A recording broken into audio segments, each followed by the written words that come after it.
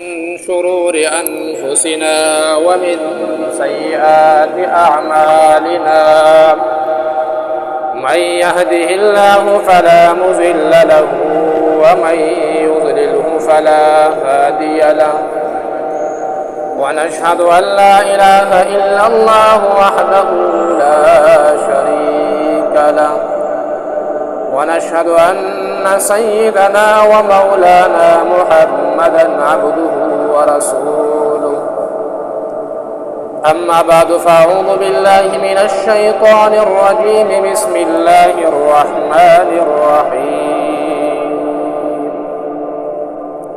إنما المؤمنون إخوة فأصلحوا بين أخويكم واتقوا الله لعلكم ترحمون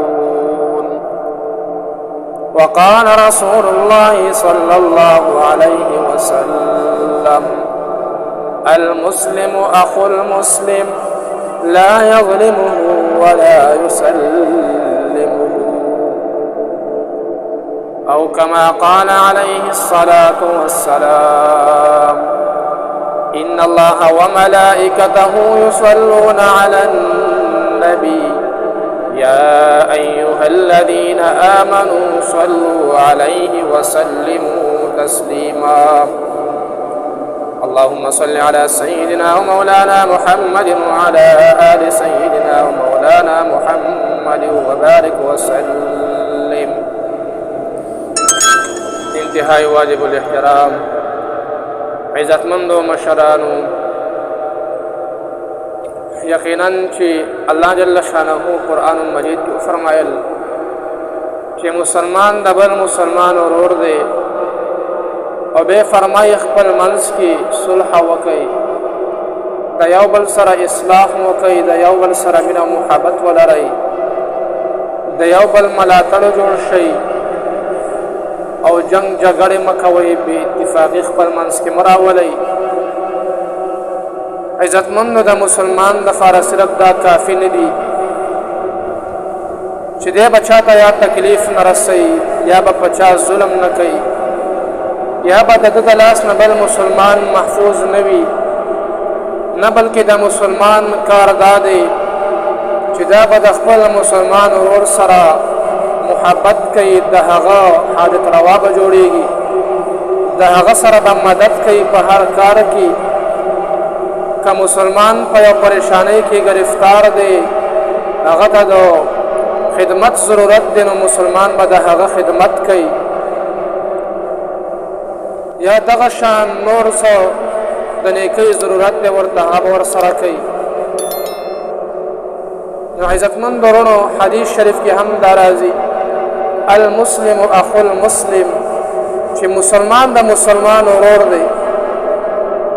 څنګه چې یو انسان د خپل ورور سره معامله کوي، د خپل ورور سره په یو انداز سره پیش کیږي، دغه شان دا به د بل مسلمان ورور سره هم هغه شان په دغه شان به پیش کیږي ورسره. دا به نه وایي چې دا خو پنجابی دی یا دا فلانکۍ ژبې والا دی یا دا چې کوم دی د فلانکۍ قبیلې دی یا دا مسلمان د فلانکی خاندان دی یا د فلانکی وطن اوسیدونکی دی یا فلانکی نسل والا دی. نه محترمو، چې مسلمان دی دا به د بل مسلمان ورور وي او هغه سره به چې کوم دی د احسان معامله کوي، د هغه په کار به راځي، د هغه سره به مینه او محبت کوي، ځکه چې نبی علیه الصلاة والسلام فرمایي چې مسلمان د مسلمان ورور دی، نه به دی په بل مسلمان باندې ظلم کوي، بلکې د بل مسلمان به د خپلو لازو نه محفوظ ساتي. ځکه الله جل شانه بل ځای کې فرمایي یا ایها الناس انا خلقناکم من ذکر او انثى وجعلناکم شعوبا وقبائل لتعارفوا ان اکرمکم عند الله اتقاکم.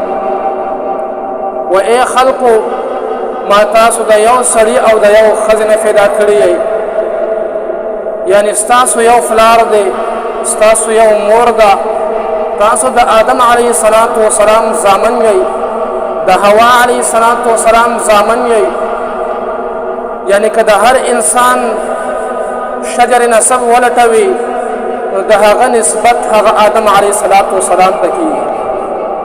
د هر انسان شجر نسب هغه آدم علیه السلام ته رسي، حوا علیه السلام ته رسي. نو یو انسان به دا سوچ نه کوي چې فلانکی انسان خو تور رنګ والا دی، هغه فلانکی قبیلې والا دی، هغه فلانکی خاندان والا دی، د هغه چې کوم دی شجر نسب جدا دی او دی چې کوم دی د بل مسلمان مدد نه کوي. نه، پیغمبر الله جل شانه فرمایي چې ما تاسو د یو فلار او د یو مور نه پیدا کړي یې. د هر انسان شجر نسب هغه آدم علیه السلام ته رسي. اوس که یو انسان هغه دا اعتراض کوي چې من خو د یو پلار د یو مور اولاد یو، بیا الله جل شانه موږ په مختلفو قبیلو کې ولې تقسیم کړي یو؟ یعنی یو خاندان په یو ملک کې ولې نه پیدا کړي؟ ولې مختلف قبیلې تقسیم شوي دي؟